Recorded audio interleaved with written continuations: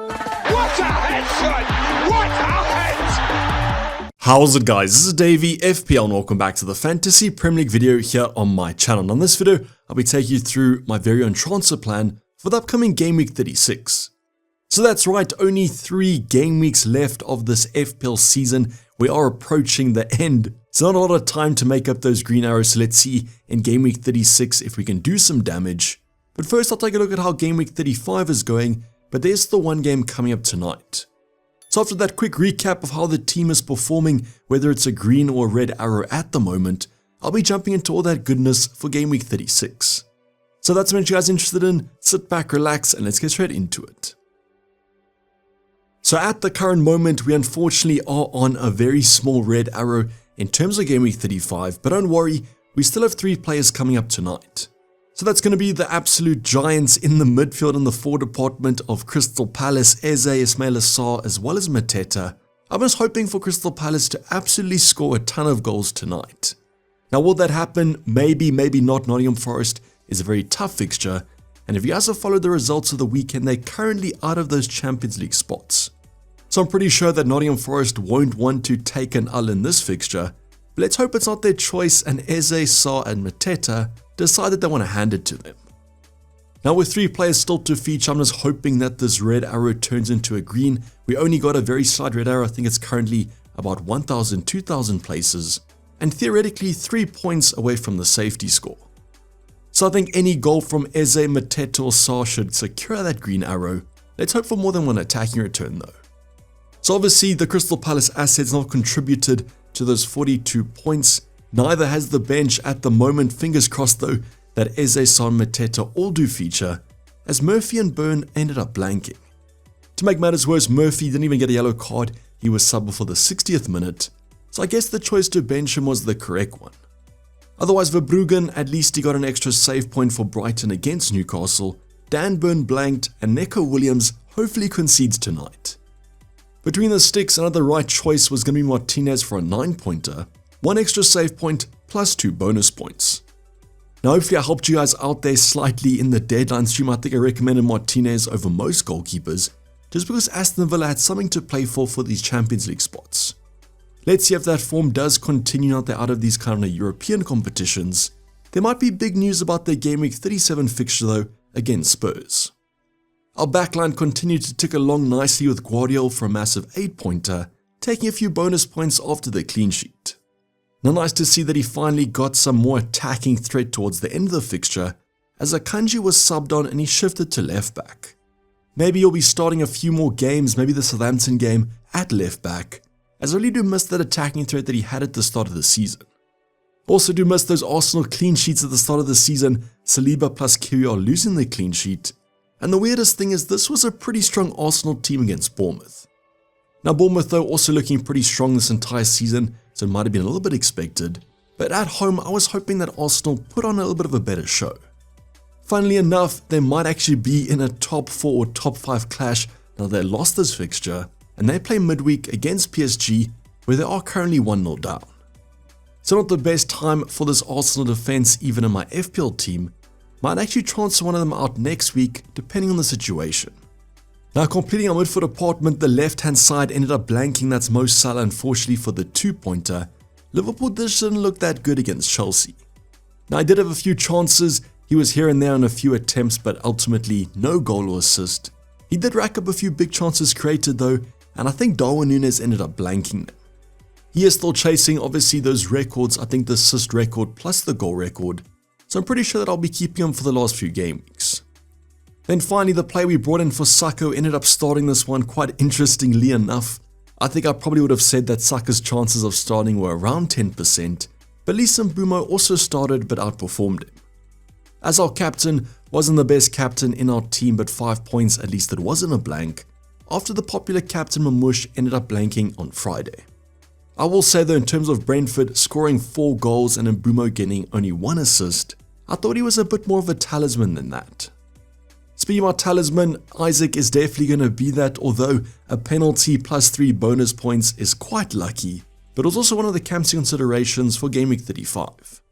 So congrats if you guys did go there, outperformed Mbumo by 4 points. That would have been a green arrow. Unfortunately I went for the midfield instead. Then kind of already spoke about Mamush, only 2 points, pretty disappointing if you guys did go for the Kamsi option, but I think I also would have gone there if I did captain Kevin De Bruyne. Now although Erling Haaland was on the bench, he didn't even come off it, so maybe the minutes aren't going to be there for Game Week 36, but I would just monitor what happens there. But literally all comes down to tonight, Eze, Sar, Mateta, please get a few attacking returns, as that'll make this game week just that much sweeter. Let me know how your game week went if you're watching this tomorrow after the Crystal Palace game. What's that overall rank looking like at the conclusion of game week 35? You guys will just have to wait and see for my team selection coming up later in the week.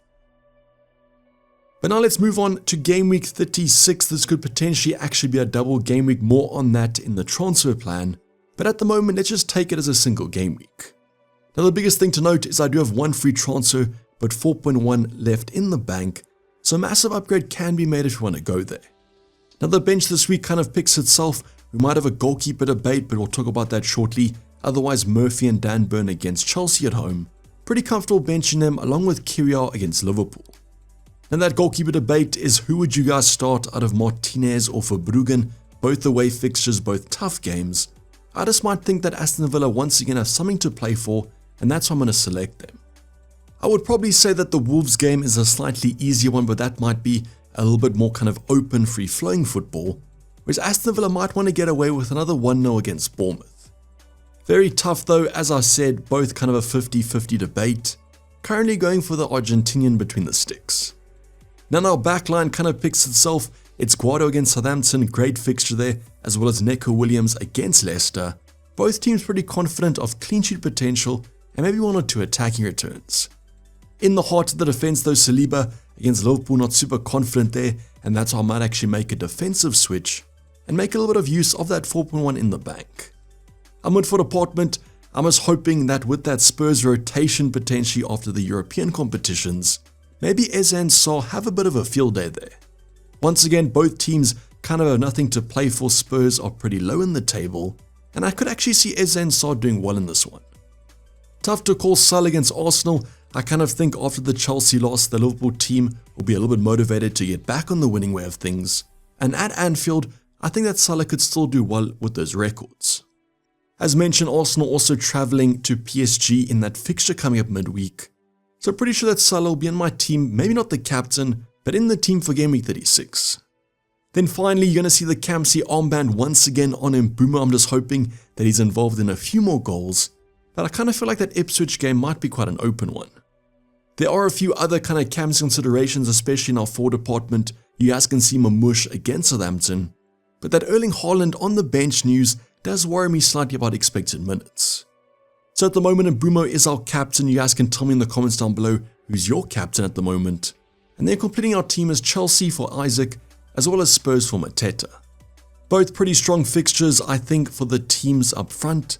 Let's just hope they start, get a few minutes, and score a few goals. I would say overall the team at the moment looks pretty good. I would say the only kind of weak point is that central Saliba slot, and that's why I think a boring move might be replacing my defenders. Otherwise, we could go quite aggressive, maybe target a Kevin De Bruyne in the midfield department. I can afford basically anyone replaced with that 4.1 in the bank. You guys can let me know what you guys would do if this was your team in the comments down below. Let's now go on to the transfer plan. So I mentioned briefly in the previous kind of team selection that this might potentially be a double game week 36, and that could be for Spurs or Aston Villa. And as of recording this video, which is going to be late afternoon on Monday before the Crystal Palace fixture, they've basically said that they're kind of arguing whether this is going to go ahead or not.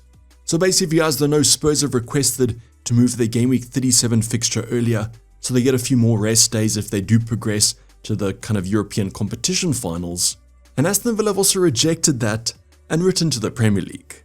So this might go ahead, it might not, there might be some sort of compromise, but maybe just wait and see for that news before you make your transfers, as this could change your transfer plan completely.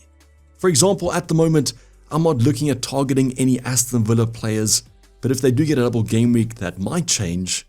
But I probably would stay away from Spurs with all that rotation predicted. So let's see what happens, but as mentioned at the moment, no concrete news, but this will change before the deadline, as obviously it's the game week coming up. So going on to my transfer plan, ignoring the double game week news, As mentioned, my first most obvious transfer is probably replacing a defender, and that might be Dan Burn. Now this could be Burn or could be Kiwior. I just prefer that Kiwior fixture against Southampton in Game Week 38, but who even knows if he's going to start that one. So this could be either player, but the two replacements are going to be the same. The first one's Ruben Diaz. Southampton away is a great fixture, and then he has Bournemouth as well as Fulham. The thing I like about Man City is still challenging for that top 4. Obviously, it is getting slightly closer now as they are getting the wins, and that's why another selection could be a Milinkovic. So the Nottingham Forest defender has Leicester at home, great fixture, and then West Ham, before hosting Chelsea in Game Week 38. Now I do think that Nottingham Forest, their battle for those top 5 spots might go slightly later, and that's why he might be the better selection. So yes, 2 centre-backs might be very boring for Game Week 36, but this move makes the most sense, starting Saliba. Now there are a few more attacking moves already spoken about, maybe Kevin De Bruyne in, but the minutes might not be secure there, and that's why I might make a forward switch for someone like a Mateta. Now between Mateta as well as Isaac, it's quite close between them. I think that Isaac has worse fixtures, but is more nailed, and that's why Mateta could be on the chopping block. Now the 2 replacements for him, the first one is Visa, almost a no-brainer, in great form at the moment, and I still feel like Brentford are playing with a lot of purpose. If we do go back to those top 5 spots though, I think that Chris Wood has great fixtures as well. Am I finally going to bring the New Zealander into my team in Game Week 36? If you guys don't know, I've almost been the biggest Chris Wood hater over this season, but with those fixtures and the purpose of top 5, he might be too hard to ignore. I'd probably say though, I might just keep Mateta for one more week. Spurs away, still could be a great game. I just want to be a bit more secure about his minutes with this Nketiah substitution. So maybe let's see what happens tonight. If he gets subbed once again early, he might be a transfer out, but otherwise the defensive switch might make more sense. Saying that though, if double Game Week 36 does happen, as mentioned, an Aston Villa player will be entering the team, and I'll talk about that more if it's confirmed in the team selection later in the week. So good luck tonight for all my Crystal Palace attacking owners. Let's just hope for a bunch of goals from them, and then we turn our attention to Game Week 36, whether it's a double or not. Let me know how your game week is currently going. If you're watching this tomorrow after the Crystal Palace game, how's that overall rank looking? With only 3 weeks left of game weeks, the time is running out. But this is basically our video, guys. Hope you guys did enjoy it. Please don't forget to like if you didn't subscribe if you have subscribed yet. Bell notifications on for that team selection coming up late in the week. But for the time being, I'm signing off. It's been Dayvy FPL, and I'm out. Cheers, bye.